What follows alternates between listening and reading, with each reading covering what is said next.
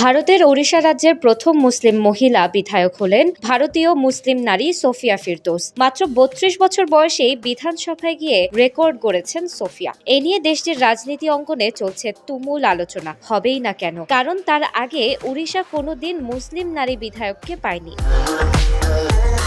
বাবার হাত ধরে রাজনীতিতে আসেন সিভিল ইঞ্জিনিয়ারিং করা সোফিয়া। গত ২ নির্বাচনে বাবার হয়ে তিনি নির্বাচনী প্রচারণায় নামেন। এবার তিনি জনতার ভোটে নির্বাচিত হয়ে সরাসরি সংসদে গেলেন। বিজেপির পূর্ণচন্দ্র মহাপাত্রকে হারিয়ে বারাবতী কটক আসনে বসেন সোফিয়া। এ নিয়ে তিনি বলেন, আমি আগে একজন উড়িয়া, তারপর ভারতীয় নারী। যখন চাকরি করতাম তখনও নারীদের উন্নয়নের কথা ভেবেছি, নিজেকে কখনো মুসলিম রাজনীতিবিদ হিসেবে ভাবিনি। সিআইআই ইন্ডিয়ান গ্রিন বিল্ডিং কাউন্সিলের ভুবনেশ্বর বিভাগেরও কো চেয়ারপারসন সোফিয়া। এই বারাবতী কটক আসন থেকে ১৯৭২ সালে জয়ী হন নন্দিনী শতপথী। তিনিই ছিলেন ওড়িশার প্রথম নারী মুখ্যমন্ত্রী। সেই নন্দিনীতে অনুপ্রাণিত হয়ে সোফিয়ার রাজনীতিতে পা রাখা। এবার বারাবতী কটক আসনে জিতে নন্দিনীর মতোই রাজনীতিতে নিজের ছাপ রাখতে চান সোফিয়া।